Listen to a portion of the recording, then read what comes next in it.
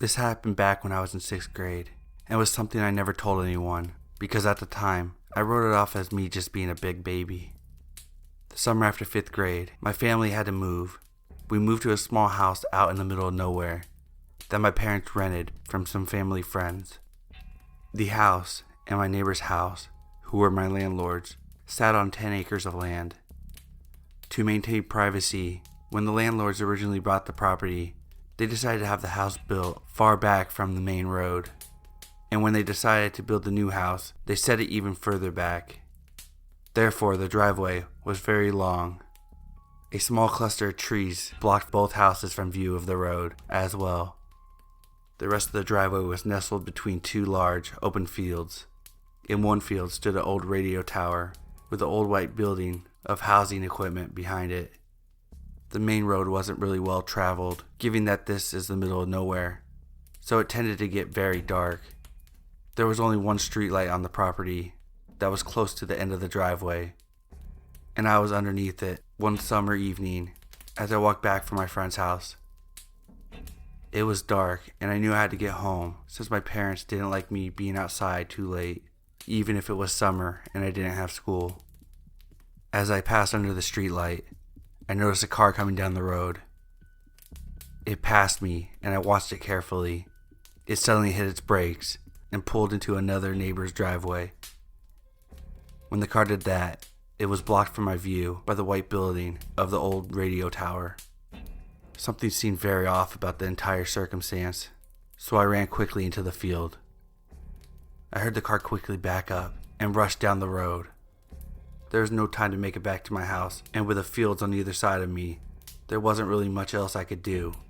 Luckily, these fields weren't used by anyone, and therefore had tall, overgrown grass and weeds.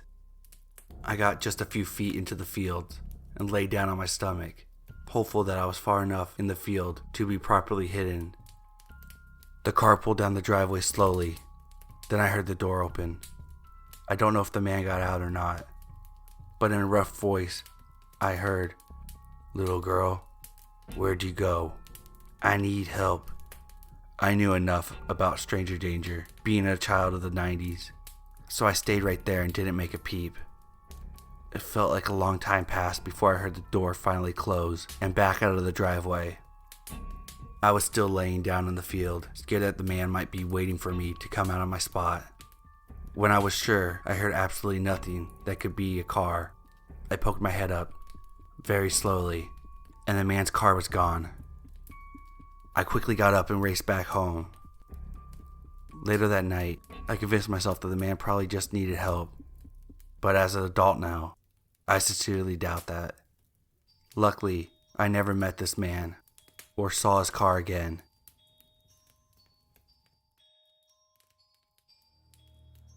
Back in 2007, I started a tech job with an IP phone long-distance company. The company is no longer around, and honestly, I don't even know how they stayed in business as long as they did. It was really just a pyramid scam, but thankfully I was on the IT side of things, so I didn't have to sell anything. It was a small typical tech support call center. The customers would call in, or Verizon Quest would call and say DT1 lines were down, or there were outages. I was the only female on the team, having to prove myself. It didn't take long, and the customers respected me for being able to handle things. After making my mark, I decided to take the 10-hour night shifts. I worked Wednesday through Saturday, from 1 p.m. to 12 a.m., with an hour for lunch at 6 p.m. I was completely alone in the whole building. The rush to get out of the office at 6 p.m. was insane. I couldn't blame them, but I decided having 3 days off was better than 2. Like I said, I was by myself most nights. I would have to keep an eye on emails and make sure I answered all the calls. It was often a very slow shift. I would get a lot of video game, reading, and schoolwork done during this time, but sometimes I would just wander the building, walk all around just to get away from my desk for a time. I would have the phone system connected to my cell phone so no calls would be missed. This allowed me to go get a soda or get food and so on. One time when I was away from my desk, I was going down to the lunch room to grab a soda. The vending machine is on the basement floor, The basement had a wall of windows and one set of security doors. Same for the main entrance. Only there was one camera facing that door, but nothing else really to make me feel safe. I didn't like to go down to the basement much, because the back of the building faced an acre of dark woods. There was a walking path to the woods, but for some reason they didn't install lights for the walking path. Not really sure why that was, but it didn't help for the creepy factor. Sometimes I would see animals run past, but other times it felt like someone was watching me. I always tried my best to make it fast when I was getting a soda or a snack, but sometimes it didn't feel fast enough. So one night, I was making my way down to the basement of the building to get a soda. It was a slow dragging night, and I needed a little bit of caffeine for a pick-me-up. I counted my money as I walked to make sure I had enough. That way I would get in and get out quick. But out of the corner of my eye, I saw something dart from the glass door back into the darkness. I stopped dead in my tracks and tried to scan the forest, but like I said, it was just total blackness. I felt a bit of unease, and everything told me to turn on my heels and go back to my desk. But it was 9 p.m., and I had a fair bit of time left on my shift before I could blow this pop stand. I tried shaking the feeling off and briskly walked over to the soda machines and made my selection. The soda dropped, and as I bent over to get it, I heard a loud ping noise. It was as if someone had hit the glass with something. I stood straight up, and I felt the hair on my back and neck stand up. I slowly turned around and was completely scared that I would see someone out there. But as I made my full turn, I saw once again nothing but darkness. I thought this was a good time to book it back up to the main floor. I didn't even bother with the elevator. I went up the stairs and I ran up them. My heart was already racing from having to go down there in the first place. Then the loud bang, now running up 2 flights of stairs. Once I got back to the desk, I sunk down in my chair and tried my best to calm down. It was just a noise. I was in the building with locked doors and locked inner offices. I kept saying over and over again in my head, it was nothing. I was relieved by that. But out of nowhere, I got a feeling that someone was watching me again.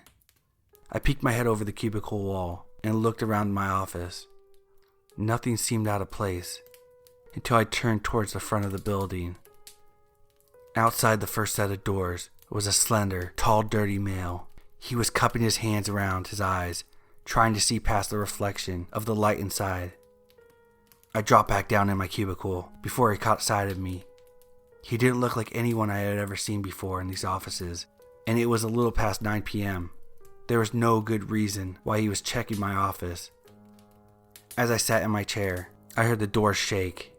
I slowly stood up and watched him pull the handles of the door, but they didn't budge to my relief.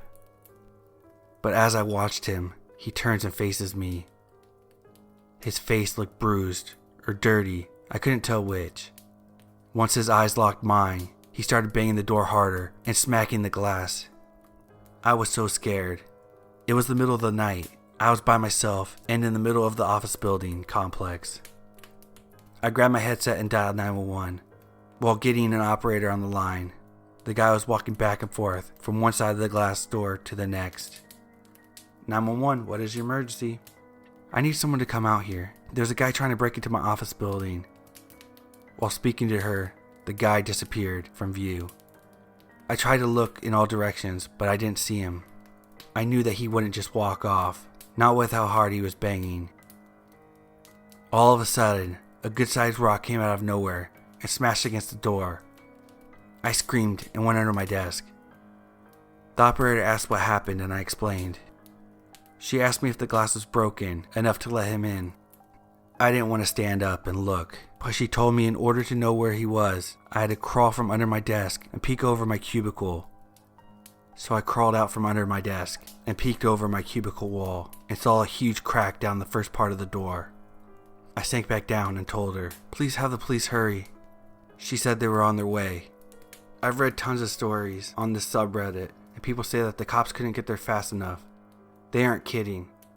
It felt like time is standing still, and there's nothing you can do. Another smash against the door, but along with the glass breaking sounds, I could hear sirens coming towards my building. It was music to my ears. I told the operator that the police had arrived and thanked her for her support. I stood back up and looked over the cubicle wall, and all I could see was blue and red lights flashing wildly. But the thing is, I couldn't see where the man was. The top part of the door was completely smashed, and the rock was lying inside the entryway. One officer came to the front door, and the others were combing the area. The first officer that came into the building was a very kind man. He was patient with me and let me explain what I saw and what happened. Soon later, my boss arrived and checked up on me and the damage. At some point, my husband was called and was told that I would be escorted home by one of the officers. I took the next few days off and started looking for another job where I wasn't by myself all night. I went on to leave this job a month later and started at a credit card machine company. It was an office full of people, still a call center, but I felt safer, especially with the security cameras all over the building. Like I said before, this company is no longer around. It was bought by another company, and they basically liquidated all the funds. So dirty man who tried to break into my office, let's never meet again.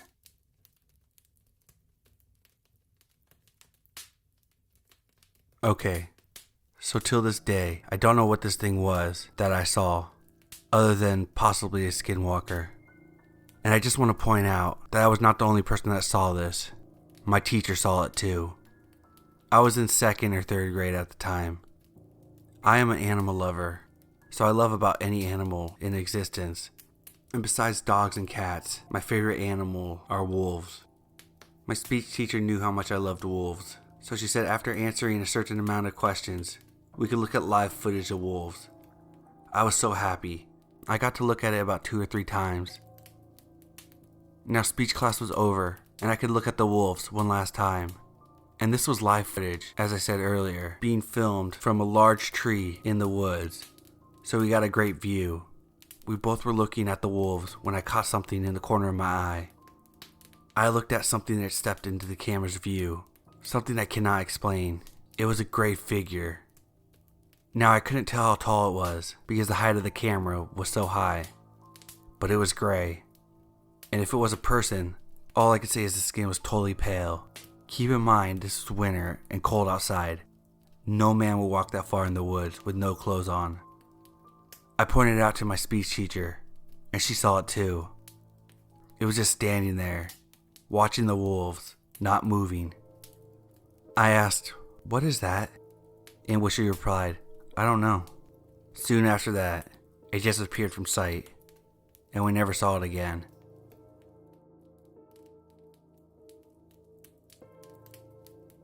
My cousin and I had a very weird experience September 2011.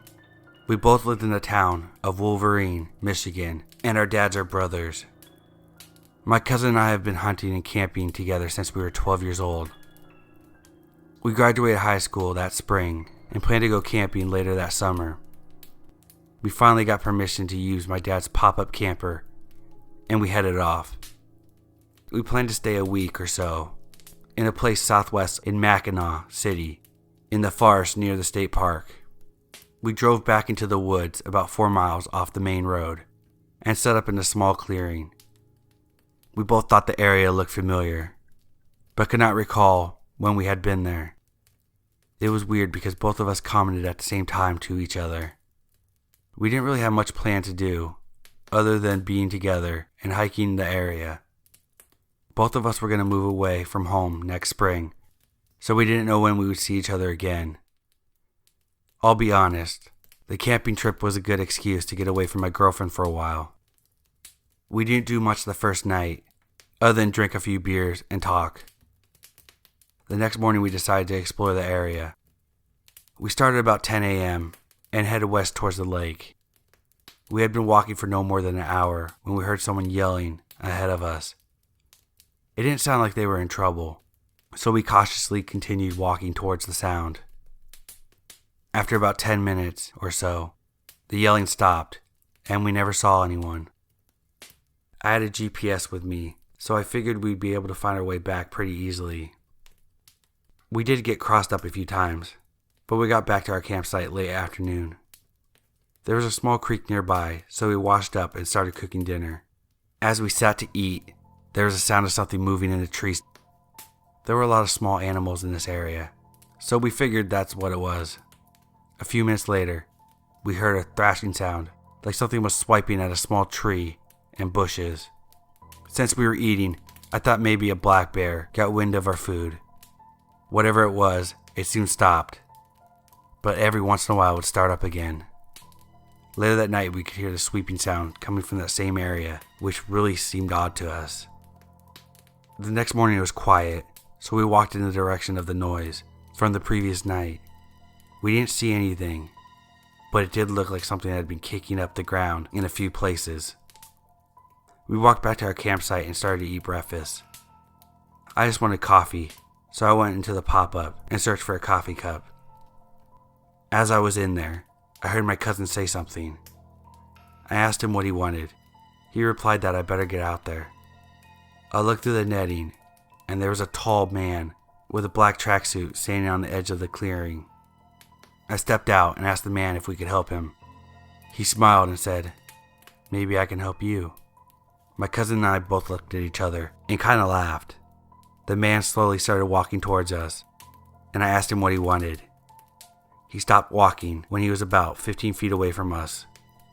Right away, I noticed that his eyes were totally black and that his tracksuit was caked in mud and dirt. I asked him who he was. He smiled and said, "I'm just taking a walk and meeting people."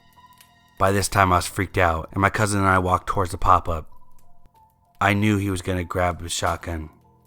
The man got a serious look on his face, like he sensed that we were alarmed. So he turned back and walked into the woods. At the edge of the clearing, he stopped and turned around and said, "I'll be seeing you boys later," and started to laugh as he moved towards the woods. We didn't need another confrontation like that, so we gathered up everything and hauled ourselves out of there. We did set up at another area, about 70 miles south of there, and we had a few enjoyable days. But when we get together, we still wonder out loud who the weird black-eyed man was.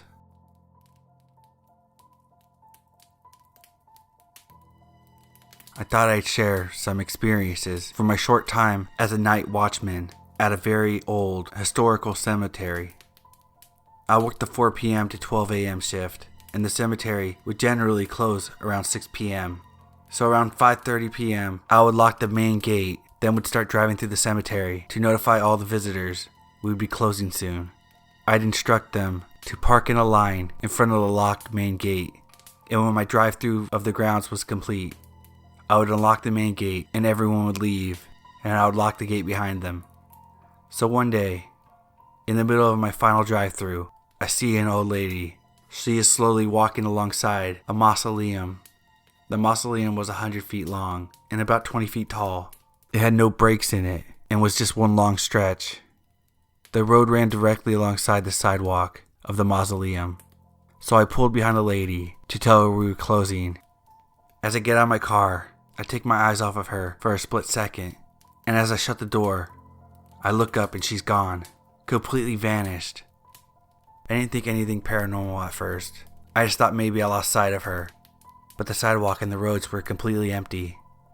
I ran all the way around and checked the back of the mausoleum, but no one was there. Across the mausoleum was a whole field of graves, and I eagle-eyed the hell out of it, no soul in sight. I finished up my rounds and sat in my car for the rest of the night in a well-lit area. I saw a fully visible person. I know it. No tricks of lights, no hallucination. Plain as day. Update. Normally my then girlfriend, now my wife, would drop by around 8 p.m. and bring me dinner, since I really couldn't leave. I never told her about my experience, because I didn't want to freak her out. As I'm walking her back to her car, I see her reach back and touch her ponytail, and then look around with a puzzled look on her face. I ask her what is wrong, and she says, "Nothing. I must have got my ponytail caught on a tree branch. I felt something." So I pointed out to her that the closest tree was 20 feet away, and that's impossible. Then she got really pale. It felt like someone ran their hands through her hair, front to back, and then pulled her ponytail. We were pretty freaked out, and she left. She never came and brought me dinner again. I was originally hired because the cemetery had a period of time where they experienced some grave robbers and people breaking in to perform satanic rituals. I was 21 years old, doing this as a side job, with no gun, no weapons, or anything like that. I was given a barcode scanner and was told to drive through the entire cemetery every hour or so to patrol and scan each of the postcodes to prove I was actually doing it. Now the cemetery was massive, pretty much broken into 3 parts: the newer part, the historical part, and the famous part where celebrities and famous people were buried. I did this routine once and never did it again, going so far as to break the damn barcode scanner. While I was driving, it was pitch black. Coming around a curved road, my headlights picked up what I could have sworn were a pair of legs walking across the path, but only up to the knee. Shoes, pants, knees. Then absolutely nothing. I stopped dead in the road. I put my car in reverse and did what I felt like was the longest K-turn of my life and noped it straight back to the parking lot. Other times, I had experiences of hearing strange noises and seeing floating lights in the cemetery after I was sure everyone was gone. Weird animal sounds that I couldn't recognize. The guy that worked the day shift there, which was 8 a.m. to 4 p.m., was a grimy dude. We called him Bart. Part of his job was to go around the cemetery and check the graves for personal effects left by a family member and remove them. Many people have things like toys for children who had passed away. Who was I to take a dead child's toy fire engine and throw it away? But Bart had a habit of scurrying the cemetery for things deemed valuable and taking them home, instead of throwing them away or bringing them to the office to be picked up by the family. In the short time I worked there, Bart's mental state deteriorated. He started spending hours there, even after his shift was over, walking around the cemetery and drinking heavily. He seemed detached and even more out there than when I first met him. Eventually, when I didn't see him for a week or so, I asked my boss about him, and he told me he just no-called, no-showed, and he never heard from him again. This last experience is what led me to quit. Once Bart stopped showing up, I picked up his Saturday morning shift. It was a quiet day, so I pulled my car around back of the old chapel to take a nap. The chapel was surrounded by 12 feet hedges, so I figured it was a good spot to park for an hour and shut my eyes. I fell asleep and woke up to see my car completely surrounded by dead people. It was so real, so vivid, so much detail. They were all pressed up against my windshield. They had outfits they were buried in, suits, dresses, but all dirty, and in all stages of decomposition. No one spoke. No one moved. They just stared at me like I was a zoo exhibit. Then I woke up. I had been asleep and it was a dream. The thing is, it felt so real. I had never had a dream so real, so vivid before. I took it as a message. I called my boss and quit as soon as I left at 4 p.m. I go back to the cemetery from time to time. I have 3 grandparents and an aunt buried there, but I never linger for long though, and I always make sure I'm out long before it gets dark.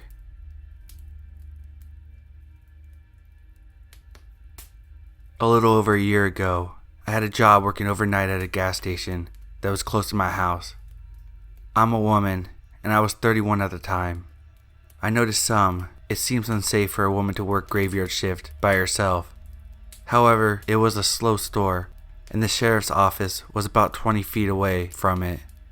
I really didn't think I would have any problems. There would only be about 30 customers in an 8-hour shift, and that was on a busier night. It was about 3:30 in the morning. I went outside to sweep the parking lot and make one last check of the trash. It was time for a cigarette, and I had one headphone kind of jamming out. Across the road in the parking lot of the sheriff's office, I saw a figure with his back to me. He was swaying back and forth while looking down. Honestly, it looked like he was enjoying a much needed piss. Against the sheriff's office though? Yeah, the building was closed at 4 p.m. and didn't open till 6 in the morning. By the back of his ripped white t-shirt, I remember that he had came in the store about 4 hours earlier. He was a total creep, and I could already tell he had a good buzz going. I didn't say anything, I just took my eyes off of him and tried not to draw any attention to myself. It was working until a car pulled up. I was still outside as they pulled up. I saw him look at the car and then look at me and back and forth again. And after I was done serving her, I walked her outside. I still had a half smoke burning and had left my dustpan and squeegee. We both heard him start to swear angrily and seemingly engaged in an argument with himself. She looked across the road and told me to be careful. The man was still there, but closer to the road and now facing the parking lot of my store. Whatever he was yelling was completely unintelligible. He was obviously very drunk and could barely stand straight, still swaying away.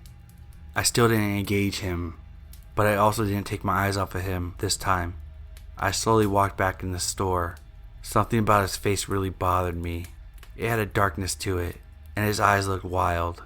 I don't like it at all, and I wanted no part of it, but I still had almost 3 hours to go, and 2 more to go before any other employees got there. Instantly I went to the computer and typed temporary close sign just in case he wanted trouble. I was coming around the counter on my way to the door when I saw that he had walked across the road and is now on my side of the parking lot. I literally just barely got the second door locked when he stumbled into our very small parking lot.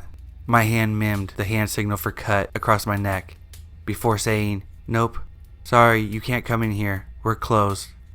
I shook my head back and forth, hoping to further discourage him. He starts walking away, but screamed something at me while he was walking. I don't mean he was grumpy or yelled that I was an asshole or anything. He was at an enraged volume and was throwing his hands everywhere. I got really skeeved out. I decided to call the cops. It's a good thing too, because the minute I hung up the phone with them, there he comes again up to the door. He starts pulling and banging on it. He backs up and runs into it, trying to ram it. I made the mistake of telling him I had called the cops and his ass was about to be grassed. I say I made a mistake of telling him because once I said it, he took off. The police never found him. They drove around the road and the surrounding neighborhoods for over an hour, but found no one. He was on foot, so I don't get where he could have gone. Since he didn't harm me, and with them not finding him, I never filled out a police report or anything. I was safe behind the thick glass doors that were locked for the rest of my shift. It just sucked. Maybe if I didn't warn him ahead of time, I wouldn't have spent the last 3 months of my job constantly looking over my shoulder. I'll never know what the right choice was. I'm just glad I don't work there anymore.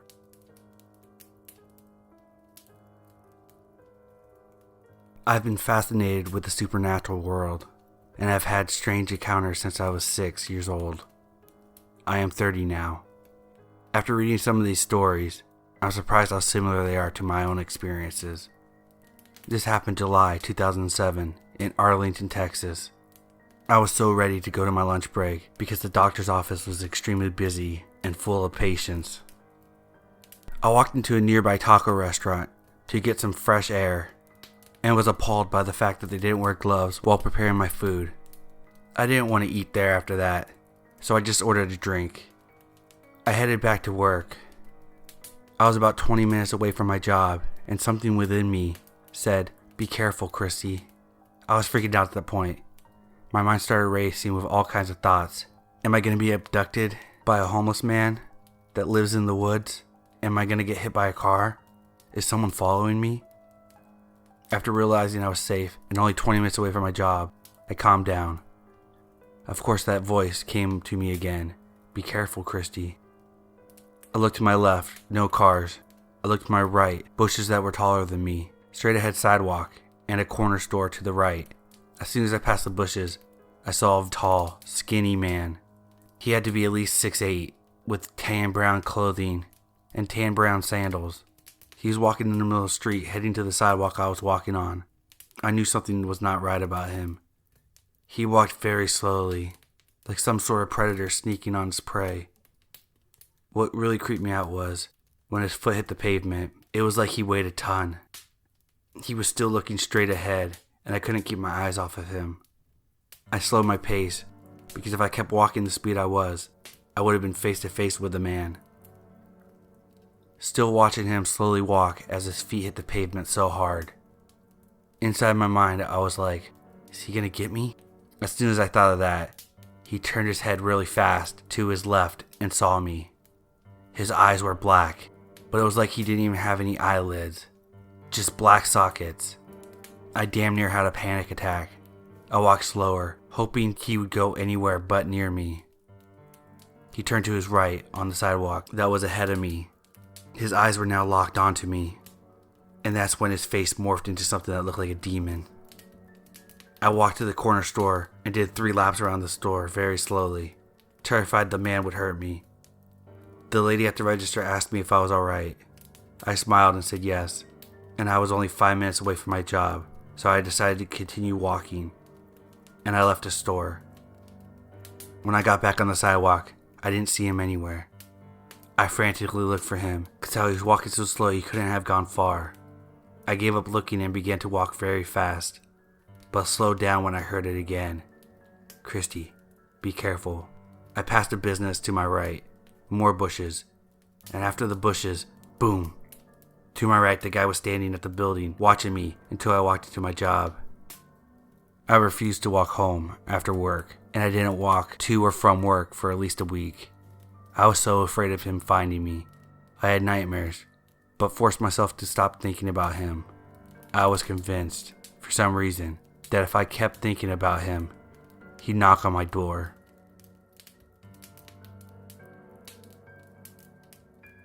I recently relocated into an independent living community, and on the second day I was introduced to a black-eyed woman, very tall, likely in her 80s.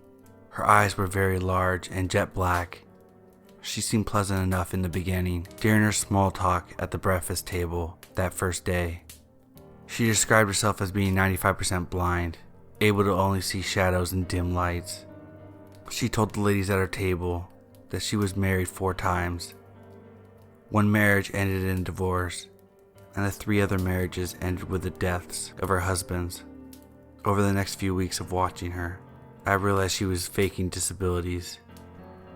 I watched her walk around without using the walker on several occasions, and she had far more visual ability than she admitted to. She could see everything she wanted to. And when I saw this ability displayed on many occasions, she made several rude, unkind, and hateful things to me in presence of others. Other residents seemed to distance themselves from her because of this. Finally, one evening in the dining room, I was sitting with a friend, not even thinking about this. Suddenly, without warning, this black-eyed woman walked up to our table and spoke my name.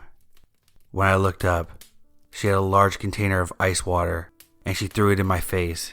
She very quickly retreated to another area of the building, away from the dining room, without her walker. I was in such a state of shock, soaking wet and traumatized out of my mind, that I called 911 for the police. As soon as I could get myself relocated, I moved out. I knew it was not safe in that facility. Another interesting thing is, when she was pretending to be almost blind and helpless, I never ever saw her blink her eyes.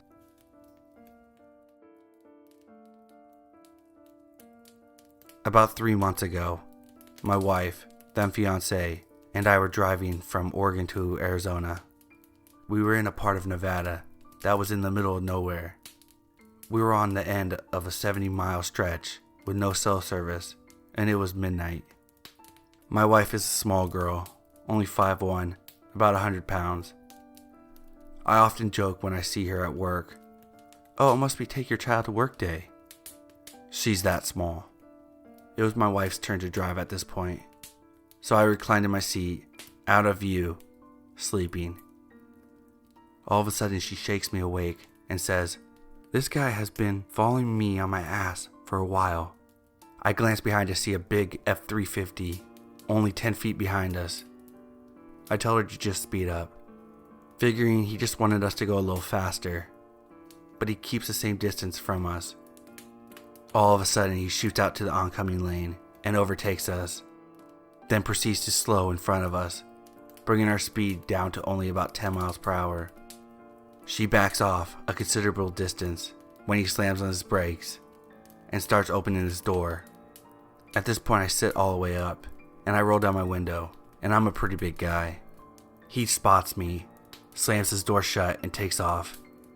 I'm not one to jump to conclusions, but I feel like if he didn't see me, he would have definitely tried to take my wife.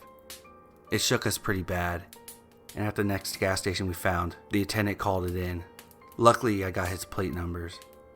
And that's why you don't drive in the middle of nowhere, alone, in the middle of the night. You never know who's out there.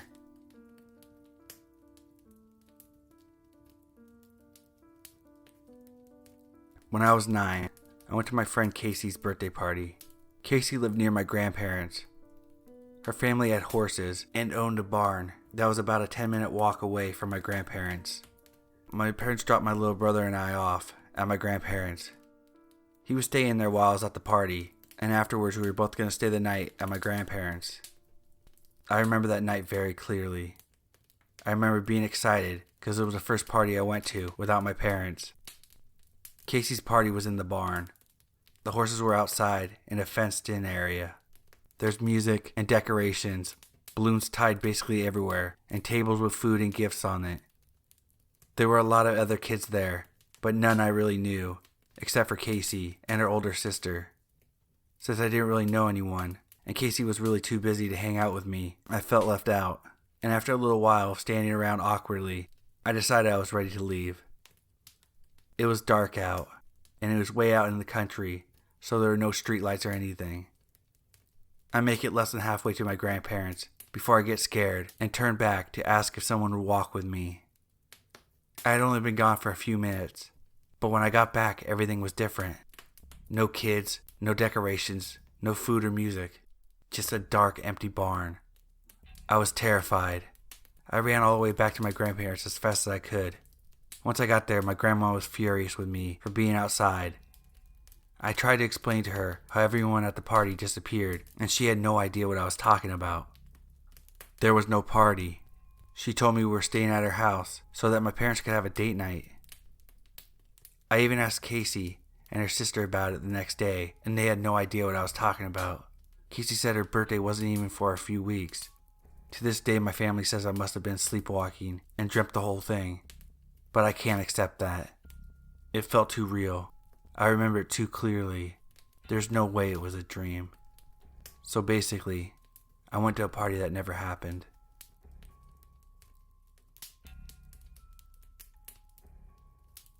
It was a cold evening. I had my 2 nieces with me. One was 6 and the other was 8. I had gone to our family's cabin, waiting for my sister to return from town. The evening started about 7 p.m. We didn't have a key to get into the house. We waited for a couple of hours, and the girls eventually fell asleep in my truck. As the night grew later, the temperature also dropped, and I fell asleep as well. I woke up at 9:30 p.m., and it was very cold in the truck. I started the vehicle. As I pressed the brake pedal to start the truck, I noticed in the side mirror a face looking at me from the glowing taillights. I hesitated to look at first, but gathered enough courage to look. I saw a white face with long gray white hair, black eyes just looking at me. I freaked. Once I started the truck, I sped off, headed to the highway, not sure if what I saw was following us. It was. It felt as if it jumped into the bed of our truck. I turned west to head towards a town called Ganado and went as fast as I could to my parents' house. Upon reaching the turnoff, I noticed it jump out of my truck and run along the right-of-way fence. As I pulled up to the house, I quickly carried my nieces inside. Once inside, I situated the girls for bed. Later that night, I dreamed I walked about 2 miles to my aunt's house. No one was home. As I walked back home, I noticed this thing parallel to me.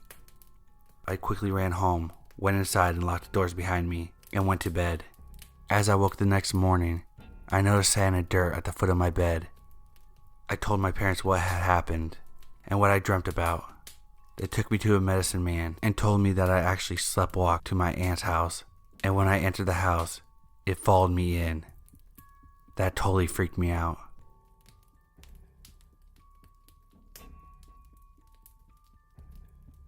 I work the night shift at a hotel, so I've had tons of weirdos come through, but this is the most recent one. Everything started off normally. Usually once I clock in at 11 p.m., I can just sit at my desk and only see a few people. I'm a loner. I prefer it that way. Anyways, about 2:30 in the morning, a guy in his 30s comes down and stands right in front of me, at my desk. I've worked this job for 5 years, so I can pick out the weirdos pretty well.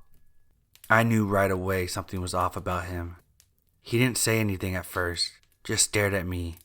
So I asked him, "Can I help you?" He mumbled something, but all I could make out was the word, "coffee." I tell him there's fresh coffee available in the breakfast area right behind him. So he turns and then looks back at me, confused. "Do you have some coffee I can take up to my room?" My first thought was, this guy is drunk as hell. And I told him that he could take a cup of the already made coffee, or I could also give him a couple packs to take to his room. He decided on the packs, so I grabbed a couple, hoping that that's all he wanted, and I could go back to watching TV. But no such luck. He just kept standing in front of me, looking at the packets of coffee, confused like. I had enough of this drunk guy, so I walked over to the other side of the desk, just ignoring him. After a few minutes, he just wanders into the breakfast area and stares at the pot of coffee. Then he wanders over to the fruit, the cereal, the yogurt, back to the coffee, just staring at everything. After a while of that, he stops looking at the food and looks at the ground, then starts muttering to himself as he's walking in circles. He's at least 6 inches taller than me and roughly about 50 pounds heavier, and I'm the only one on shift. I start thinking about my escape options, like locking myself in the laundry room or running to the gas station next door. I've had to do it a few times when things have gotten really bad, so I try to plan ahead when something is giving me bad vibes. After about 15 minutes of him walking in circles, he heads down the hall, still muttering. I relax, happy that he's gone to bed, to pass out. Probably 5 minutes later, I glance out the front doors, and I see him right there, staring at me, smoking a cigarette, and still talking to himself. I start to think he's high on drugs, and that scares me enough to grab a pair of scissors when he's not looking and hold them down to my side. I start thinking about calling the police, but what for? So I decide to wait and hope he just goes to bed soon, since it's about 3 a.m. at this point. He walks down the halls, through the lobby and outside, then comes back through the doors and loops around again. The third time he walks by, still talking. I was terrified and on the verge of saying screw it, calling the police, just to have someone else there with me. Just then, an old lady walks down to the desk and asks me if I could call her a cab. She has no idea how happy I was to see her. I make the call for her and start chatting her up, which is very unusual for me, but I just want to keep her in the lobby. The weirdo comes around the corner for the 4th time, and the old woman tells him to pack his stuff. They're leaving because he woke her up and she couldn't go back to sleep. Apparently, this old lady was the weird guy's mom, and I felt so much better knowing that he was going to leave as soon as the cab got there. As soon as she told him to pack his stuff, he gets angry. He didn't want to leave. He told her to go back to bed, but she was very adamant, and after they argued for a bit, he makes his way upstairs to pack. She explained to me that she could tell he was getting agitated, and it was time to take him home. I talked to her for a while, and she started to open up to me, and told me her son is schizophrenic, and she is the only one that will take care of him. She told me she just wished someone would take him for about 6 months, like a hospital, to get him on meds and into a good routine. I felt so awful for her. She seemed tired and hopeless. I have mental issues myself, so I could relate to the struggle.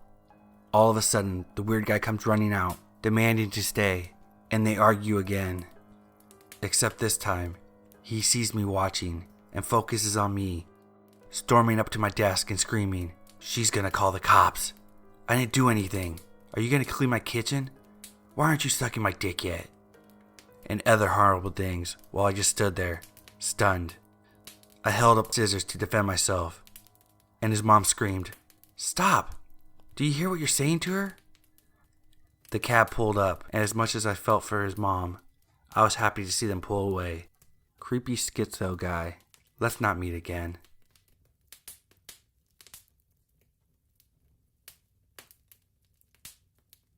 This happened quite a few years ago when I was a relatively young and sheltered high school student, probably 15 years old. Some of my close girlfriends and I decided to go to the drive-in movie theater one night.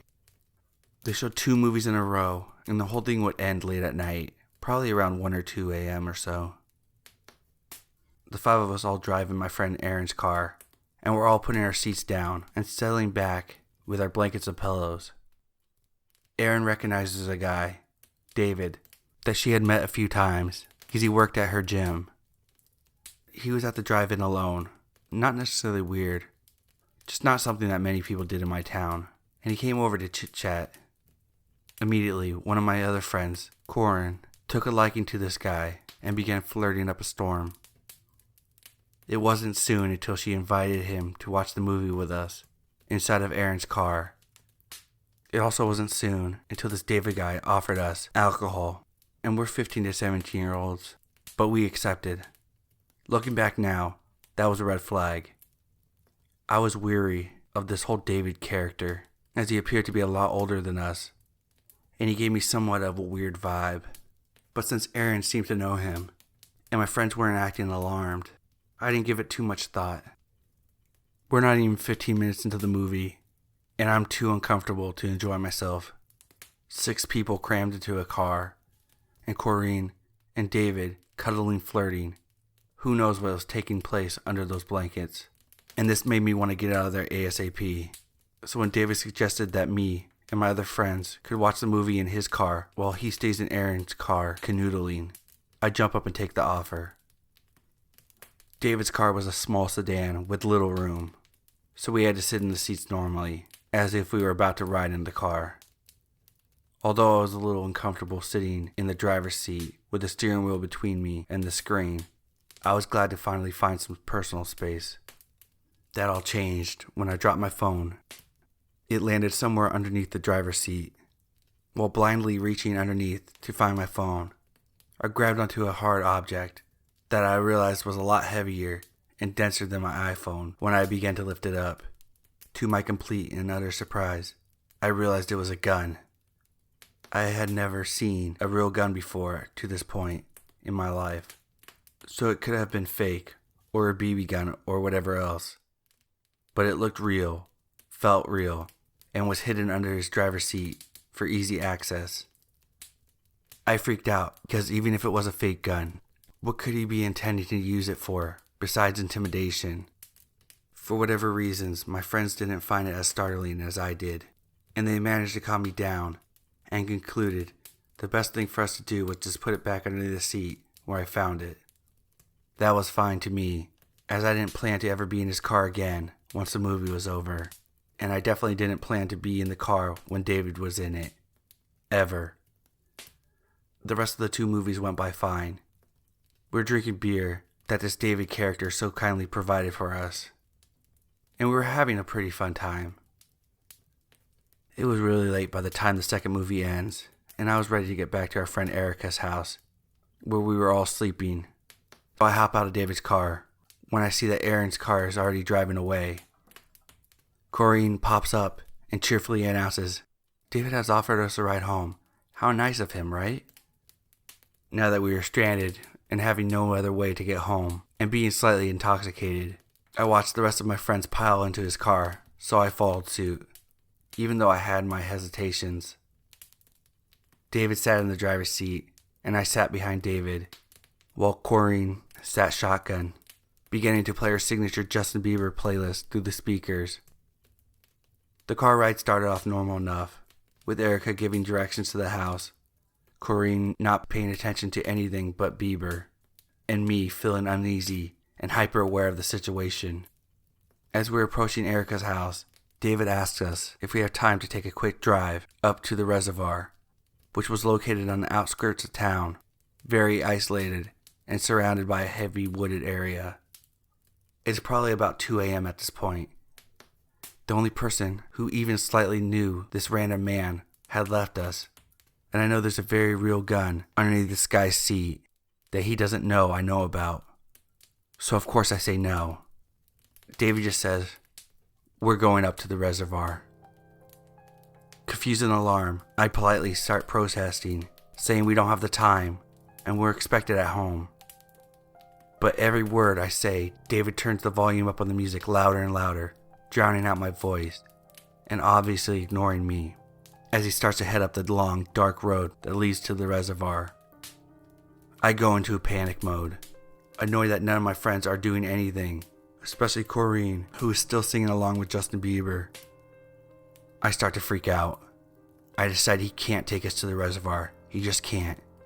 What if that gun is real and he threatens us with it? Or worse, what if the gun isn't real, but he still uses it to threaten us, or do something? A million thoughts race through my head. I won't let him take us to a secluded area where a number of things could happen, and no one could hear us. I decide if he's gonna do something to us, I would rather risk it being in town, one of the most populated areas, where the chances of survival, or whatever, were better. So I literally freak out. All sense of politeness I felt I needed to have is gone. I start kicking the back of the chair with both my feet, screaming at the top of my lungs that he needs to take us back now. I roll down my window and start shouting, trying to cause a scene, doing anything I can to stop this man from driving us to the middle of nowhere. I don't stop kicking or screaming until he relents, almost scoffs and says, "Fine," as if I was some crazy lady, completely overreacting to the situation. I don't care what he thinks. I'm just relieved that he turns his car around and is actually taking us back to Erica's house. Once we get there and run out of the car, we wake up Erica's parents and let them know what just happened, since this guy now has one of our addresses. I didn't sleep the whole night, and my friendship with Corrine was damaged from her putting us in such a terrifying situation just cause she had hots for some guy. Creepy drive-in movies guy with a hidden gun who doesn't listen to a scared 15-year-old girl. Let's not meet again.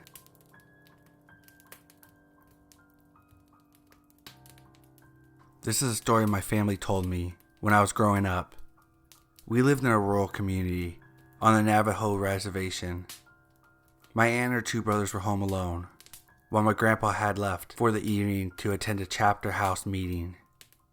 They were in the house, and like many people on the reservation, they didn't have electricity. It had been dark outside for about an hour, and my aunt and uncle were getting ready for bed. Outside they heard noises, as if someone was moving around outside. My oldest uncle went to look out the front window and saw a figure out by the truck. This was immensely out of the ordinary, because our closest neighbor was miles away. Whatever it was had opened the truck door and began to dig through the personal items that my family had left in it. My aunt and uncles were frightened by the sight and knew that they should take action. They took the rifle and steadied themselves to hold it up. They flung open the door and aimed the gun at a dark figure. The figure turned and started to walk towards them, totally unfazed by the weapon. My uncle pulled the trigger, but nothing happened. The figure drew closer, and my aunt began smelling something like rotting corpse. It was so strong it made her gag. My uncle continued to pull the trigger with no luck, and the figure came closer and closer. At that moment, off in the distance, headlights were coming up the road. My grandpa was returning. The figure looked towards the lights and started to move away from the truck and tucked itself behind a tree near the house. My oldest uncle ran towards the truck with a gun, and my grandfather got out of the car as my uncle pointed towards the tree. The thing was poking out its head to observe what we were doing. My grandfather ran into the house, and over the stove he grabbed a handful of ashes and rubbed them over the gun and placed an ash-covered bullet into the chamber. He walked onto the front porch and fired towards the tree. The gunshot echoed, and the dark figure began running. My grandma chased my aunt inside, and my uncles and my grandfather went after it. There weren't many roads or paths, so as my grandfather and my uncles chased after the figure, the truck was bouncing, and the headlights were not fixed on a particular spot. My uncle swears that whenever the headlights would hit the figure, he saw a woman. Not only that, whoever it was running on all fours like a bear. My grandfather eventually stopped the truck as they neared a ditch that drops off about 20 feet. He got out and began to yell in Navajo. My uncle says that he was yelling about a local woman. He yelled that he wasn't scared and that he knew it was her and to leave his family alone. A few days passed and there was news that the woman that my grandfather was yelling about had passed. I've always been told that if you know who the skinwalker is, say their name and it will kill them.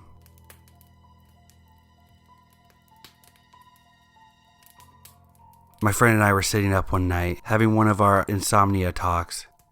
It's around 3 a.m. and our topic switches to one of my favorite things to talk about, paranormal and cryptids. He says one of the things he's heard about that he doesn't believe in at all, but it creeps him out, are the stories of the black-eyed children. I asked him what they are, but he says that if I'm going to go to sleep at all that night, he isn't going to go into detail, and that I should look it up the next day when I'm not planning to go to sleep anytime soon. I get home from work the next day around 8 p.m. and start looking up stories about these children and start creeping myself out. An hour or so later, the cell phone rings. Private number.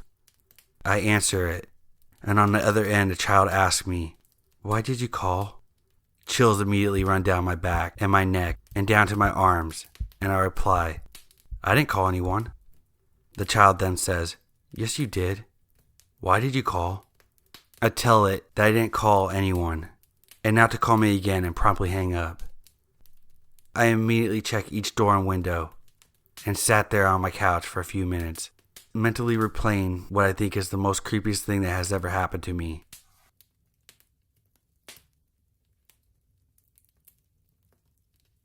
About 4 or 5 years ago, I was walking down a bike path in the back of my house with my stepdaughter when I saw 2 boys leaning against their bikes up ahead. I didn't really think much of it since it was a bike path until one of the kids raised his head up and looked me straight in the eye. That's when the fear struck me hard and I stopped dead in my tracks. His eyes were black and hollow, like he didn't have a soul. I was looking at pure evil. At least that's the way I describe it when I re-encountered the incident later, that evening, to my husband and my other daughter. I immediately led my stepdaughter off the path, cut through some yards, and walked to the street. I didn't know what I encountered at the time, but now I'm quite sure it was black-eyed children. I don't know what they are, but I know that they are dangerous. It was so weird. I thought my stepdaughter would also be aware of what I perceived as impending danger, but she was completely oblivious. Even when I led her off the path and onto the street, I somehow knew I needed to get out of there, now. Surprisingly, they appeared normal in every other aspect, except for their eyes, of course, and a vague awareness that didn't quite fit into the environment. I only saw the eyes of one of them, because the other kid had his back to me. He looked about 13 or 14, flannel shirt and jeans. Now that I've been reading these encounters, it piques my curiosity, but I would not want to run into them again.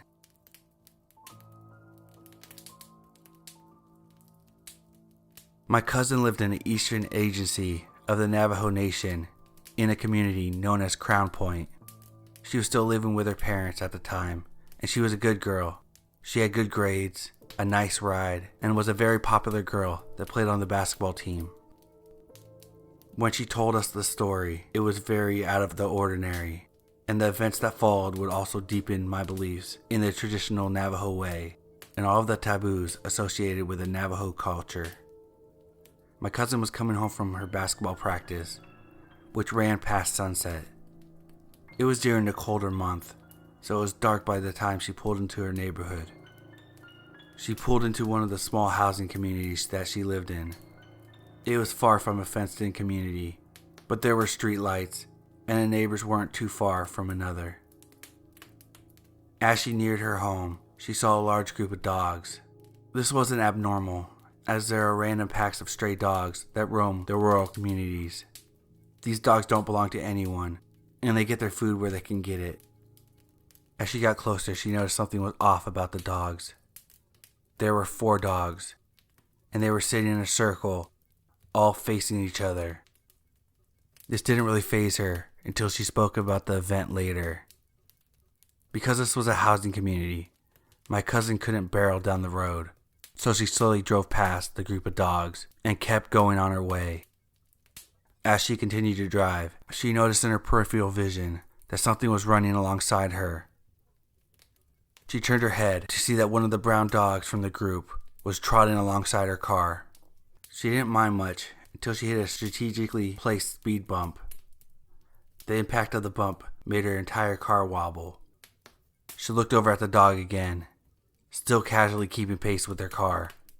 She tried to ignore the dog and tried speeding up, keeping in mind that there were speed bumps. The dog continued to keep pace. My cousin eventually stopped at a stop sign. She began to feel immensely uncomfortable and tried to keep her eyes forward, but curiosity got the best of her. She looked over at the dog. It was facing forward. She continued to stare, and that's when the dog turned its head. Instead of a face of a dog, there was a flat face of a man covered in hair and smiling from ear to ear. Fear shot through her body, and my cousin pushed the pedal to the floor, not daring to look back in the rearview mirror. She reached her house and barely pulled herself in the door, weak from fear.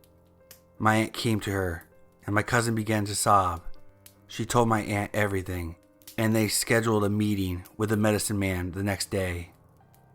That night, when my cousin was trying to get some rest, she was tossing and turning and felt very ill. She could hear people outside laughing and talking in Navajo, but she didn't think too much of it because she lived in a community near plenty of neighbors. The next day, at the medicine man, he told my cousin that she was very fortunate. The skinwalker wasn't meant for her. She just happened to spot it while it was out to bring another person's misfortune. He also told her that the laughing and talking that she heard in the night was a skinwalker talking to his friends, letting him know someone saw him and that he scared her. The medicine man told my cousin that if the skinwalker had been for her and she had seen him like that, it could have very well killed her. After that encounter, my cousin suffered many ailments and had to stop playing basketball for a while. She had many ceremonies and eventually got back on her feet. My mom told us the story on the many nights that the electricity went out. When I asked my cousin about this, she confirmed it's true, but she doesn't like talking about it much.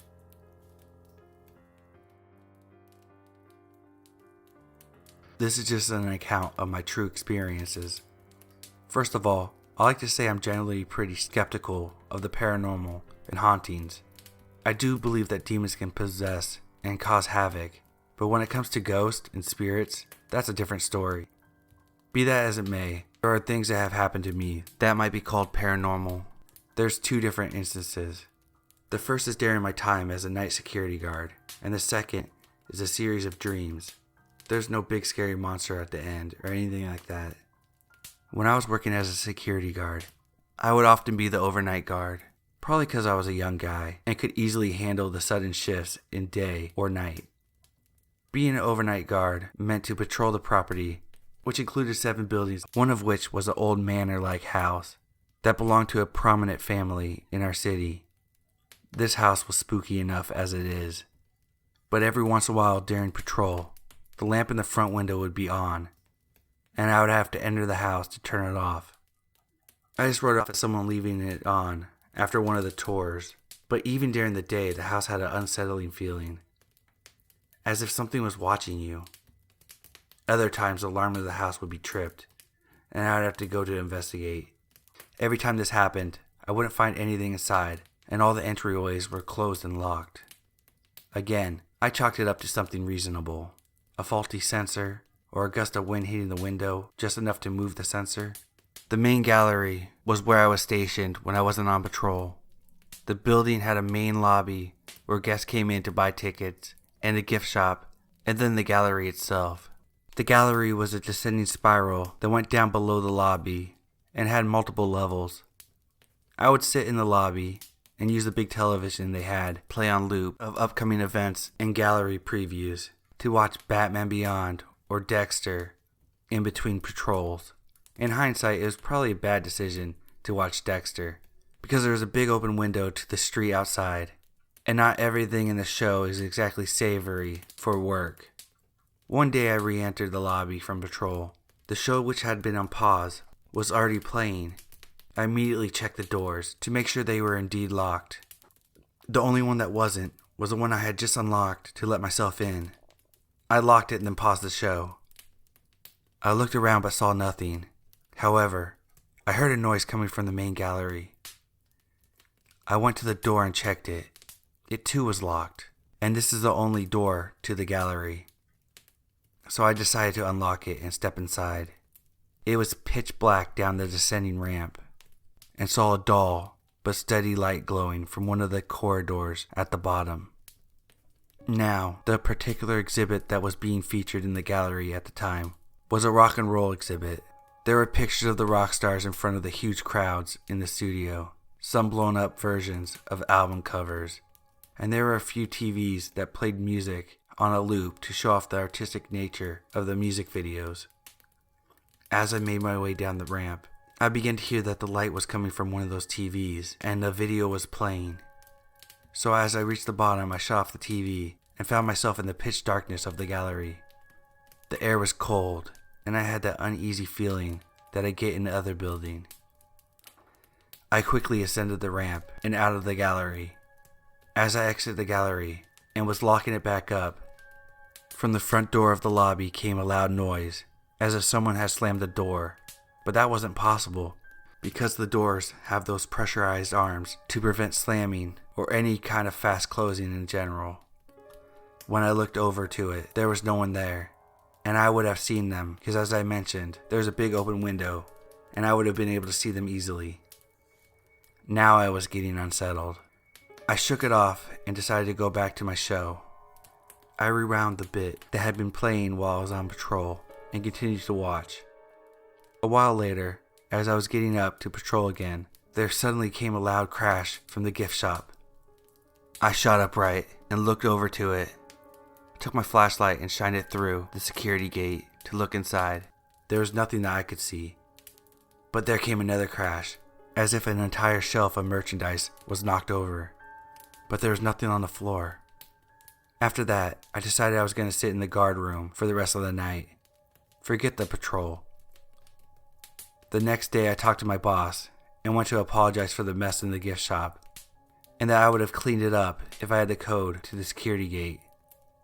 My boss just looked at me confused and said there was nothing knocked over or out of place. That sentence sent a shiver down my spine.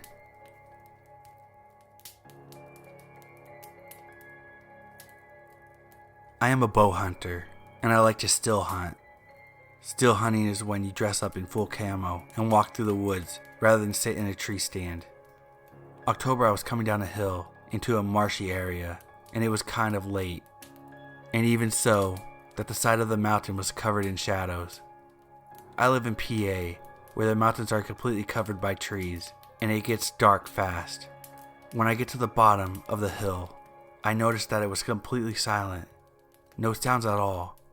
I felt the hair stand up on my arms. But I've been creeped out before in the woods, so it wasn't too big of a deal. I've been hunting in this general area before, but I've never went down this hill. I continue creeping through the woods. Mind you, I'm walking very slowly, so you can barely hear my footsteps because deer are hard to sneak up on. Then I hear a voice call out for me from behind a thicket of small trees. "Help! Come over here! I'm in trouble!" And I swear to God, it was my brother's voice. But my brother lives in Nevada, so it couldn't be my brother. And it said my name. I ran faster than I ever have in my life. Only my dad knew where I was hunting that day, and the area was so huge, no one would be able to find me. And he's too old to be playing tricks on me anyway. But something was out there that knew my name, and sounded like my brother. I don't know what the hell it was, and I don't think I'm ever going back to those woods again. Maybe I'll move to the desert with my brother, where at least I can see everything around me.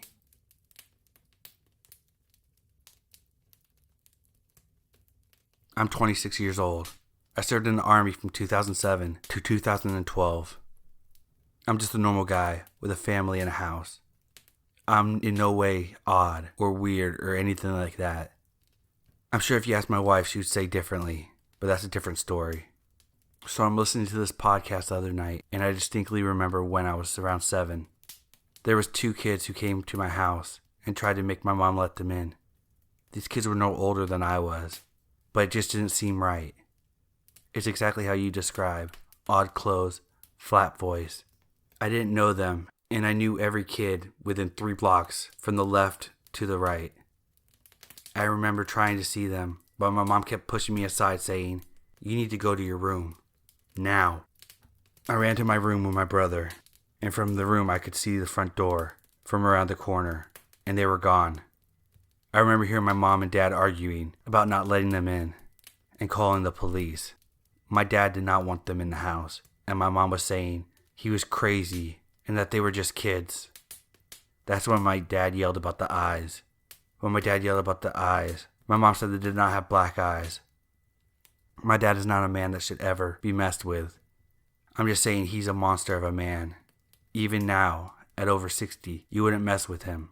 So to scare him, that just doesn't really happen.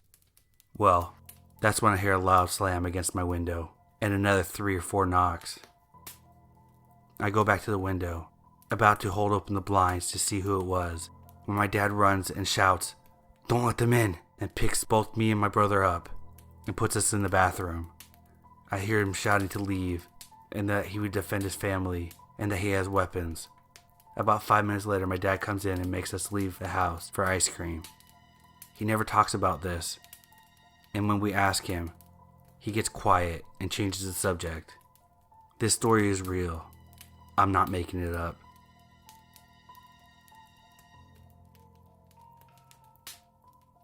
Out on the Navajo reservation, we don't have the city come out to collect our trash, so we burn our trash in these huge burning barrels.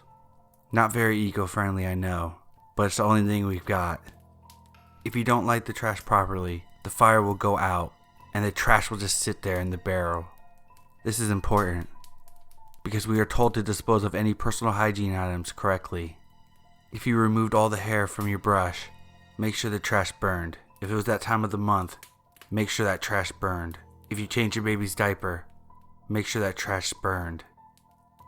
They tell us all these things because skinwalkers have been known to dig through the trash in order to find things that they can use against you.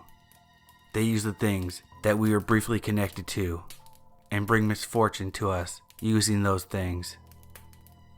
Some of my family members take part of the sport of rodeo, so to practice, they have a big roping dummy and take turns roping it. My 2 male cousins were enjoying themselves outside and taking turns swinging the rope at the fake calf. The elders are always adamant that we should not stay out past sundown, especially out on the res, where it gets pitch black and there's no one for miles. But my cousins aren't the superstitious type, and they were under the streetlight. My cousins are joking and laughing, having a great time. That changes when my eldest cousin looks over to the burned barrel. There's a dark figure bent over and rummaging through the garbage that failed to burn. My cousins devise a plan. They move strategically so that they are able to flank the figure. They run full speed at it, and they begin yelling and swinging their sticks and throwing their rocks. My cousin stated that they kept up with it for the most part. That was until the figure ran under the streetlight. What my cousins thought was a person was actually a goat. Why would they think it was a person? Because a goat was running on its hind legs.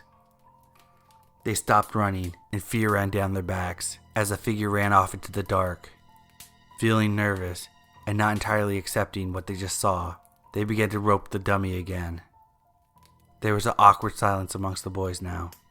They just saw something unnatural, but talking about it now would just make it seem real. The boys roped the dummy in silence until one of them looked up over to the tree. There was a head peeking out at them.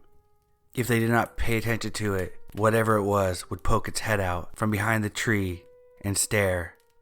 When they would look in the direction of the tree, it would quickly move back out of sight. This was the final straw, and my cousins ran back to the house. They told their parents, and they went out to look. It was still there, poking its head out and going behind the tree. My uncle loaded the gun and started walking towards the tree. He aimed and pulled the trigger, but nothing happened. The gun jammed. Whatever it was began to run, but it was so fast, like a blur. When it left, my uncle came in and gave the boys a thorough lecture about staying out late. The next day, my cousins told my uncle that whatever they had seen had been digging through the trash barrel. They went to investigate, and it appeared that the creature pulled out a lot of things from the barrel. What was odd was the tracks. Goat prints were found all around the area. They followed a set of tracks, and there they found a baby diaper several feet away from the barrel. Whatever they saw that night had very evil intentions. My cousins say although the sight was ungodly, they know what they saw and stand by their claims.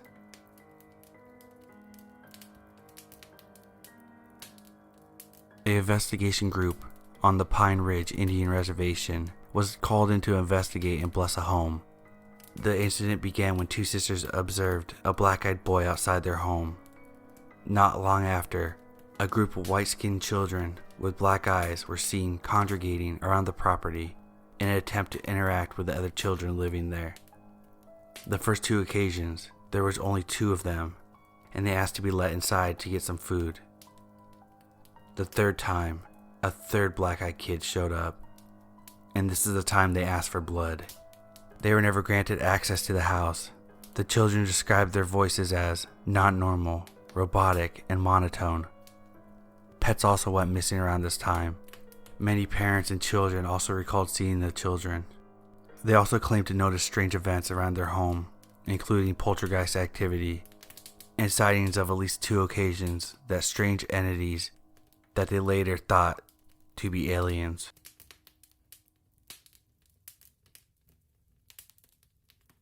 So this actually happened to me just last night. I'm still pretty shaken up by the experience and promptly quit this shitty part-time job right after. I work in a retail store in a not so nice part of the town. Since the area isn't the best, not many people come over to the store and even less people come at night. Something important to note is that the store doesn't have any cameras, nor do they have a panic button. So basically, anyone could do anything, and we have had many people steal little things here and there. Looking back, this should have been my first clue to quit as soon as possible. That night, the night shift consisted of me and my coworker, both small women. We were joking around and playing on our phones because it was 7:30 at this point, and no one had came in for about a half hour. Suddenly a group of people, 2 men and a woman, come in all at once. A side note about these people, they were all wearing black head to toe, facial tattoos, and were very confrontational upon arrival. The woman was a very husky woman, and I was honestly very intimidated by her. Her friends were at least 6 foot each, both towering over me and my coworker, who were about 5'3". One of the men immediately asked what our ages are, and complimented me on my smile. I'm kind of awkwardly laughing and trying to be as kind as possible to get these people to leave fast. The woman basically corners my coworker over in one of the aisles, so she's unable to walk over to where I am, which is right behind the counter. The woman is basically yelling at my coworker, asking her, "Why don't you hire me? I need work, hire me," pretty much scaring the both of us. While this is going on, one of the men walks over and blocks the door. The other man comes up to the counter and looks at all the $100 to $300 items we have stocked behind the counter and jokes to his friend how he needs all of these items. He then turns to me and says with a deadpan face, "Give me everything." I awkwardly laugh and say, "Everything?" He then says nothing and continues to stare right into my face for 5 more seconds before repeating, "Everything." So I do just that. I start to take things off the shelves while he points at things and keeps saying, "Give me that, that." He then stops and says, "You never asked me how I was going to pay for any of this." The entire time, his friend was saying nothing and standing still while staring at me. The man breaks his stare and laughs and states that they're going to come right back. As soon as they leave, I make a beeline for the door and lock it. I call my manager and tell her what happened, and I'm begging her to let us close because I don't want those people to come back. As if on cue, they come back and yank on the door, which is now locked, and continue to yank on it. I tell my coworker to run with me to the back, and we lock the back door. By the time the police arrived, they were gone, and there was nothing that they could do because of the lack of cameras in the store. The police stayed outside of the store in their cars until we closed, and walked us to our cars. Throughout this whole ordeal, no one was in the store besides my coworker and I. My theory was that they were scoping out the situation before leaving and coming back with a firearm and actually carrying out the robbery. Luckily, I locked the door at that moment they stepped out. I don't like to think what could have happened if I brushed it off and decided to leave the store open. But I was shaking like a leaf when they left, and they hadn't really done anything at all, so I just trusted my gut feeling. So anyway, let's not meet again. I quit that shitty job. Thank you for being a catalyst to push me to finally leave.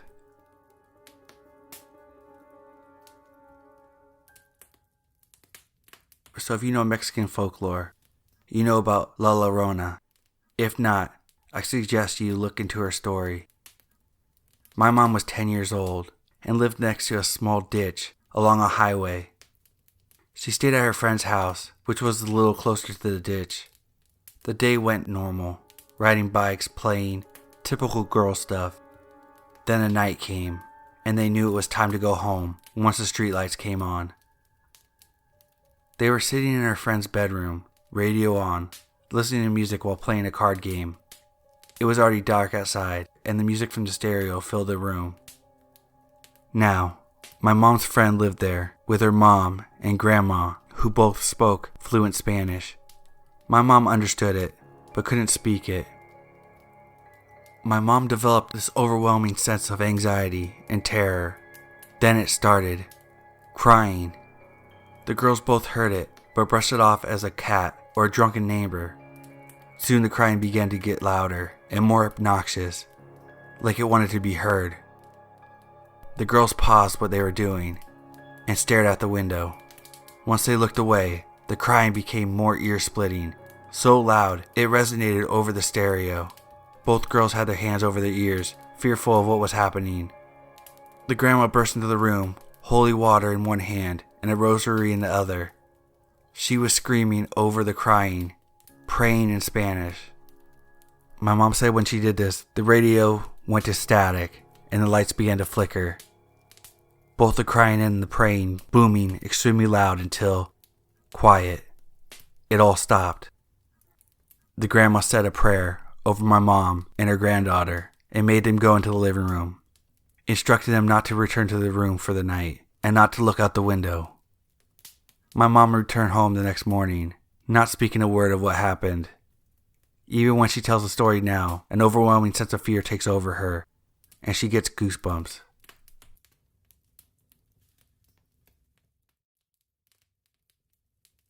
I need to tell someone about this. Back in September of last year, my girlfriend and I were staying in a hotel in Atlantic City. It wasn't a large hotel casino, but it was a nice place regardless. It was early Saturday morning. We were awake and hosting another couple from Philadelphia, sharing stories and enjoying each other's company. Well, about 2 a.m., we realized that we were out of beer and we didn't really feel like calling it a night. My girlfriend told me that there were a couple of bottles of sparkling wine in the trunk of our car. She tossed me the keys and I made my way out to where the car was parked. The parking wasn't very convenient at this hotel, so we ended up in a parking spot off the side street over a block away. I could hear noises coming from the club down the street, but as I walked to my car, I found myself feeling unusually alone. I turned down the street where my car was parked. The air was very heavy, misty with a little bit of drizzly rain, and the street lamps reflected on the wet sidewalk. As I reached the car and locked the trunk, I heard a voice call out, "Sir?" I was startled, and I quickly turned around to see a teen boy who was gazing at me from a few feet away. I was really unnerved. I jumped back and said something like, "Man, you just scared the shit out of me." The boy just kept looking at me, unfazed. He appeared to be 16 or so, wearing old faded jeans and a dark hoodie. Then I noticed his eyes reflected the light off the street lamp, and they were completely black. I thought maybe he had been on drugs, causing his eyes to dilate, but he didn't seem to be high. He appeared calm and sober. Regardless, I was totally alarmed by this encounter. He then said, "I'm lost and tired. Could you give me a ride to my mom's house?" But the kid didn't look tired or worried at all. It was almost like a predator leering at its prey, and I began to feel fear. His eyes were compelling, as if the deep, cold blackness sought my attention. I sensed a vulnerable energy trying to control me. I backed off, stepped onto the curb. I uttered, "No, I can't. I have friends waiting." I kept looking down. I didn't want to look into his black eyes, feeling like an insect in a spider's web. After a few seconds, he responded, "Okay, never mind. Here come my friends." I looked past him. There were two young kids about a block away, and they were walking in our direction. Then I noticed they weren't walking. Their legs weren't moving. They seemed to be hovering a few inches above the sidewalk, as if they were floating towards us. I freaked out and quickly turned around and ran. As I did, I heard a horrifying groan behind me. I ran faster than I ever thought was possible, directly towards the hotel.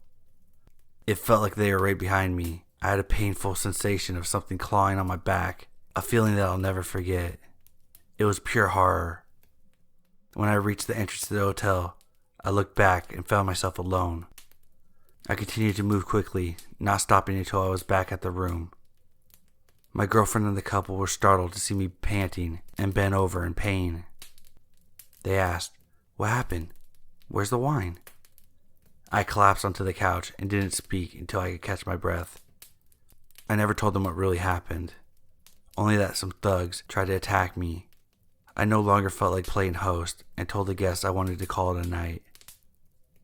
I didn't sleep a wink that night, fearing those black-eyed kids would find me.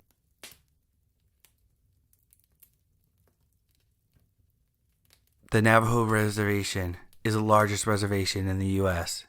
It goes into New Mexico, Utah, Colorado, and Arizona. This story takes place in the northeast region of Arizona, near Indian Wells. This was told by people from around the area. If you're heading west on State Highway out towards Dilcon, you come up to a stretch of road that goes into a small valley. I remember going down this road in my youth. If you look at the horizon, it would seem as if the road kept going. Then suddenly your car would be pulled down by the gravity as you follow the road. It would always give me butterflies when we went down the slope. When I heard the story about this road, it made my stomach feel different. A man was driving home one night, and it was very late. It was a drive that he had done before, so he wasn't too bothered by it. When you're driving on the reservation, there are areas that are unable to keep the cattle from getting onto the road. There are no fences. When there's no fences, that means you have to be extra aware. So this man was driving home, not paying much attention. He drives down the slope, but when he gets to the bottom of the valley, he sees it, but he doesn't have enough time to react. Suddenly, a horse comes out of the darkness. He slams on his brakes, but he is unable to stop and hits the horse with his truck. The impact was not enough to deploy the airbags, but the man was tossed around quite a bit by this incident. He turns on his emergency lights and gets out to assess the damage. The front of the car was crumpled, and one of the headlights was destroyed. This is the worst place to have an accident, and he didn't have signal on his phone. He then remembered the horse. The man went back into the cab of his truck and got a small keychain flashlight. He started shining around looking for the wounded animal. He heard noises, but it didn't really sound like a horse. He was positive that he had hit a horse. As he approached the sounds, he could see the animal's fur moving from its ragged breath. As he got closer, he began to realize what it was. There was a naked elderly woman wrapped in a large pelt. She was moaning from pain. The man stopped dead in his tracks and got weak from fear. He stumbled back to his truck, and although it suffered plenty of damage, he was able to get it started and drove off. Once he was able to get a signal, he called the authorities. An ambulance drove out there to recover the woman. She was driven to the local healthcare facility. Due to the fact that many of the healthcare staff were Navajo, no one wanted to touch this woman. The woman was known in the community, and she was thought to be bedridden. This was shocking because she was so far from home, and the state she was in was immensely off-putting. She still had her attire when she arrived at the hospital. The nurses called her family to come in. When her family got there, they removed the pelt and her jewelry. The staff were very frightened, but there were some non-Navajo staff that still provided her with care.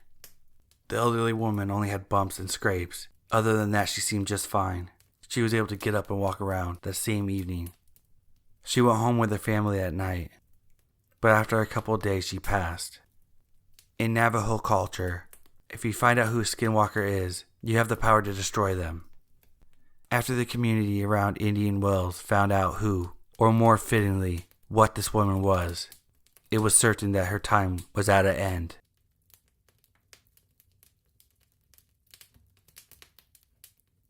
I had just left work and was taking a less traveled road home. Everything was going normal on a typical drive home until I came to a red light. No cars were on the road at all. Just me sitting there. Suddenly it seemed like time had stood still, and the sounds became very long drawn out. When I came to a stop, out of the darkness of the passenger side of the car, a teenager appeared. He was about 15 feet from the car. He was wearing blue jeans and a hoodie that was over his head. It appeared that he had no facial features, especially the eyes. The eyes were blacker than the darkness. I felt fear beyond explanation. I turned my gaze off the teenager and looked back towards the light when I saw what looked like his identical twin crossing the road very, very slowly in front of the car, as though to hold him up if the light had changed. The next thing I know, the boy was on the side of the car, approaching the car as if he was going to get in. I was filled with overwhelming fear and thought I was going to die. At this time, I remembered thinking, this is the angel of death. I thought about running a light and had a feeling that somehow these two strange figures were talking to each other without speaking out loud. As far as I know, the figures never touched the car.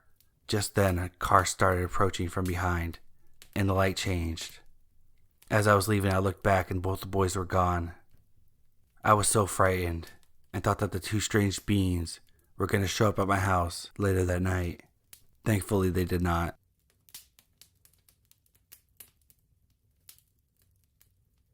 I've seen one, but I'm not sure whether it's a black-eyed person or just my mind playing tricks on me.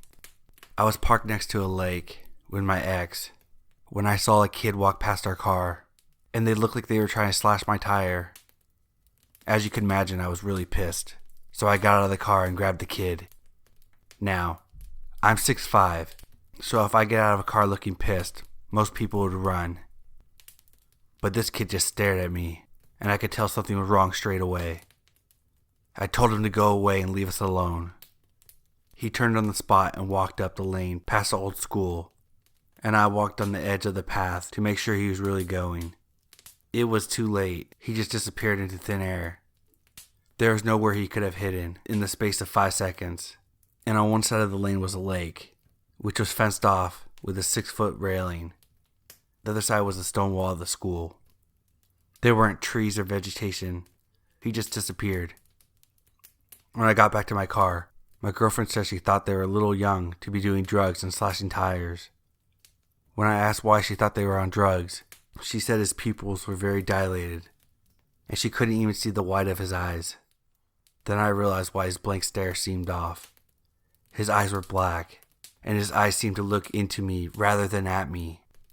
I'm not sure what that entity was, whether it was a ghost, because I didn't get the feelings I get when they're around, nor did I feel uneasy, except for the stare and the disappearing act. It could have been a demon or a PK phenomena, but I've never really dealt with either of those before, so I wouldn't be able to tell you. I feel I should also give you a little background of the place I was at. The school was an old water mill where many children lost their lives during the 1800s. The lake it was next to has seen many people commit suicide or drown over the years. I believe there was a murder in the woods, which are just behind the lake too. In hindsight, it wasn't the best makeout location, but I'm normally not afraid of the paranormal. I have a healthy respect for it. That was until this incident. But until this incident, I never really felt uneasy.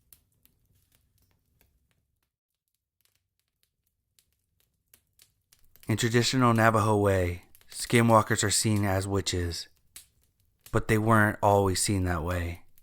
My late grandmother, who was a medicine woman, then practiced the blessing way, told me the origins of the skinwalker. Being a skinwalker wasn't always seen as a bad thing. In fact, they were seen as people with amazing gifts. They could change into form of any animal, run vast distance, very quick, mimic people's voices, and some were known to use magic. During colonization, skinwalkers were used to relay messages between war camps and spy on the enemy without being detected. Having the skinwalker abilities was a gift. When we lost, the good of the community took a back seat and people began to focus on themselves. Instead of sharing what they had, people began to look after their own families, claiming properties and livestock, and there were a lot of people that got the short end of the stick. Jealousy is a terrible thing. People became jealous of one another and wanted more fortunate people to lose what they had. They looked to skinwalkers, who had otherworldly powers, to do their bidding. At this time, being a skinwalker is not a gift. You're condemned yourself to a life of unhappiness and anger.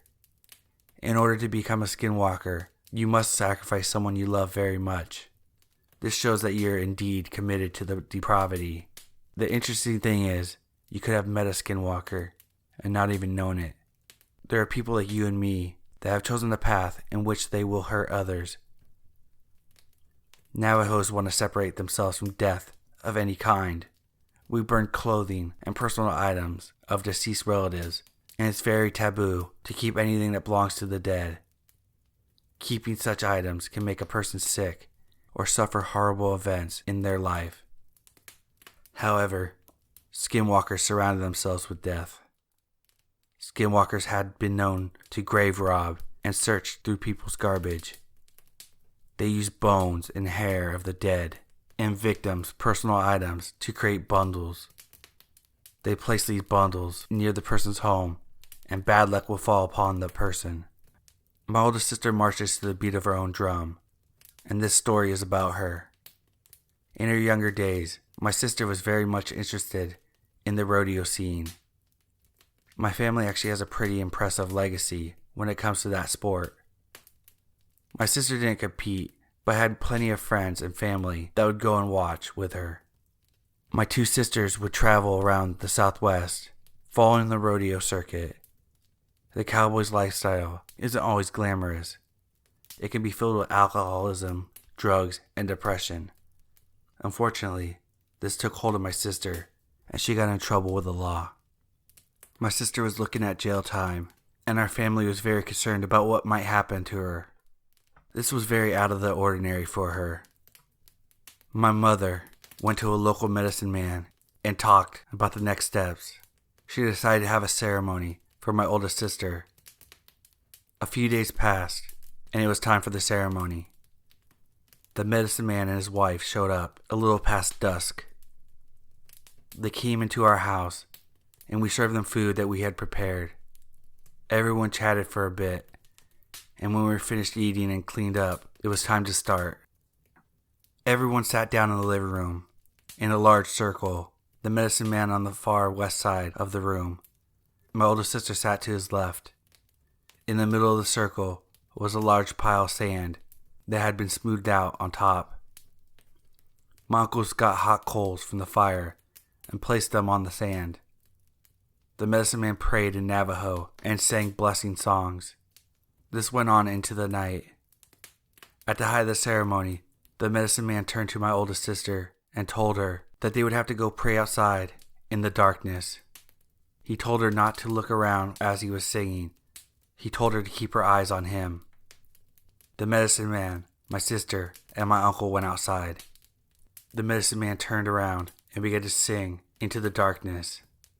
My sister watched him sing, trying to keep focused on him, and only him. Off in the distance, she heard something whistle. This made her feel sick to her stomach. Our elders tell us about our culture's taboos starting at a young age. One of the biggest things that they stress is to never whistle at night. They tell us only the dead whistle at night.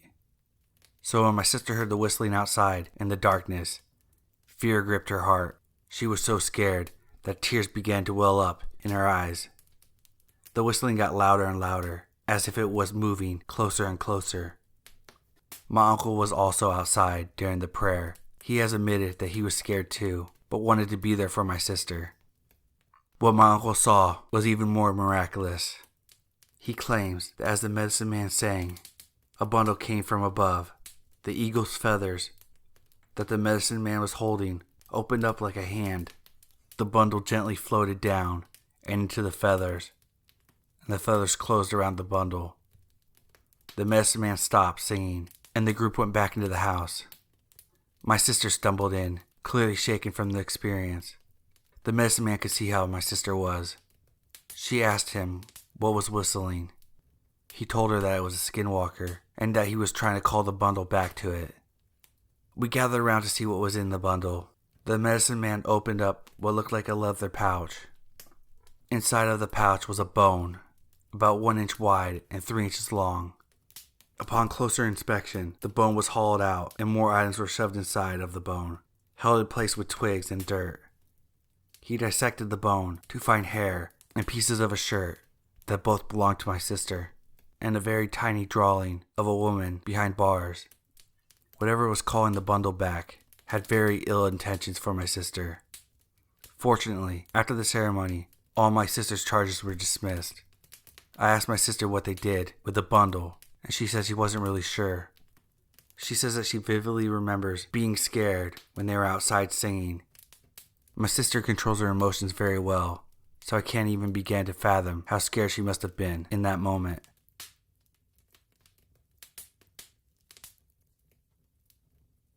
I had a black-eyed kid experience once. I've always been tuned in to the supernatural things, but never heard of black-eyed kids before. It was probably 2007-ish, and I was working in an office by myself. The office was in a sketchy part of downtown, and I would keep the door locked as we were mostly doing B2B sales. I decided it was about lunchtime. It was a habit of mine to look through the window before I unlocked the door, because we were next to extremely low-income apartments, and one of the dudes there had creeped me, a woman in my 20s at the time, completely out on more than one occasion. I looked out the window to see some kid walking down the street. He was wearing a flannel, and it was a bit too warm out for those clothes. I decided to let him pass before I opened the door to walk to my car. In a blink of an eye, they were at my door. They could have not walked that quickly, or even sprinted to get there from where they were to my office door that quickly. Our window had a film on them that let me see outside, but the person couldn't see in. They looked about 14 and were banging on the door. One of them said, "Let us in, lady. We need to call our mom." I was overcome by fear. I just felt evil. I wanted to turn the lock and open the door, but stopped. I yelled, "Go away in Jesus' name," and they disappeared. Gone.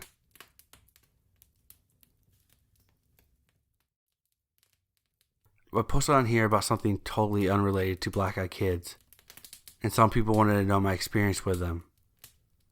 I don't really like going into it, because I believe talking about them attracts them. So if anyone wants to know my experience, this will be my last post on it. Also, it's night here. If I don't respond, it's because I'm absolutely terrified of talking about them, not that I'm ignoring you. I was home alone on Thanksgiving, 2015, evening time, and I heard some knocking. Being in a festive and playful spirit, I opened the door without looking, and automatically felt a deep sense of regret, sort of like a oh shit moment. I didn't know where it was coming from until I started actively trying to place what was wrong with the situation. And that's when I realized they didn't have any whites in their eyes. For a few seconds, I thought, Isn't Halloween over? And I was confused till the oldest boy made eye contact with me. And that's when I literally felt like I was staring death in its face. They wanted to come in, and the way they spoke made it seem like they knew what I was thinking, and they were mocking my helplessness. I slammed the door on them, turned off all the lights, and started watching TV, while they just stood outside and would occasionally knock. I feel like I lost a good 6 hours of time because I didn't even remember when I fell asleep or what I was watching. I remember when I first sat down, Gabriel Iglesias was playing, but I don't remember anything. When I woke up, it was 2 a.m.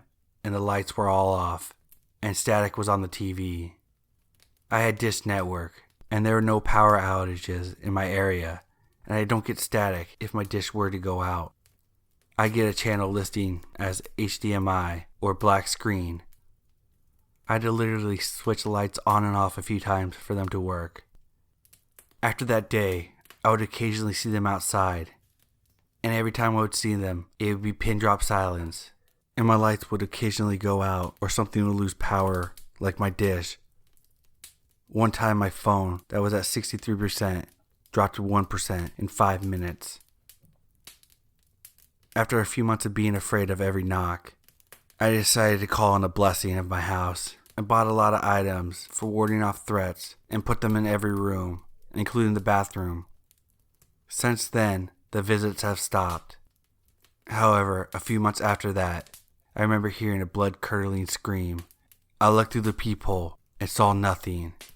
A few months ago, maybe 2 or so, my mom and I heard banging coming from the front door.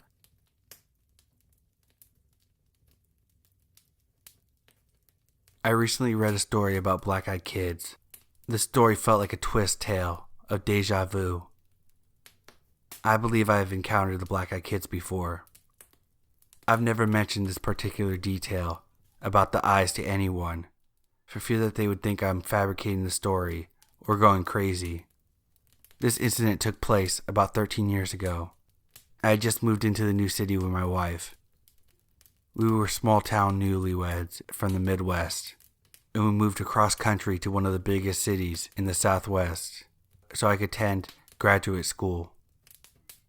Being naive to new city living, I would answer the door without a second thought, but never again after this. The first thing that should have tipped me off to the oddness of the situation was the fact that someone was knocking at 6 a.m. in the morning. The second thing that should have dawned on me is that this kid had to reach over a rather tall patio gate to unlatch it and open it. The knock on the door was startling. My wife and I were getting ready for work, a pretty normal routine. The moment I opened the door, I was overtaken with a sense of fear. To this day, I can picture him. Teenager, average height, average build, knee-length black leather coat, sort of black hair, and sunglasses. The sunglasses at 6 a.m. struck me as odd, and even more odd, he was eating an apple. He was very polite and asked me if he could come in to warm up. I told him no and closed the door and slid the security chain into place. A moment later, another knock. I opened the now chained door, and before I could speak, he asked me if he could come in again to warm up. No, I replied, and attempted to close the door. Before the door could shut, he put his hand out, stopping the door at its hinges. He looked at me directly in the eyes, still wearing his sunglasses, and said, "Can I at least get some ketchup for my apple?" "Screw that," I replied, being completely confused. "Get the hell out of here. My wife is calling the police." He takes a moment to let the information sink in, lowers his glasses, revealing extremely black eyes. "No, you won't be calling anybody." At that moment, I forced the door closed, locked it, and called my wife. She is screaming shitless and hiding in the bedroom. All jacked up on adrenaline, I ripped the curtains back to look out the window next to the door. He's gone. Absolutely no trace of him. I go out to the patio and check the gate. It's still latched from the inside. That's not right, I think to myself, and turn to enter the house when I noticed a half-bitten apple laying on the ground.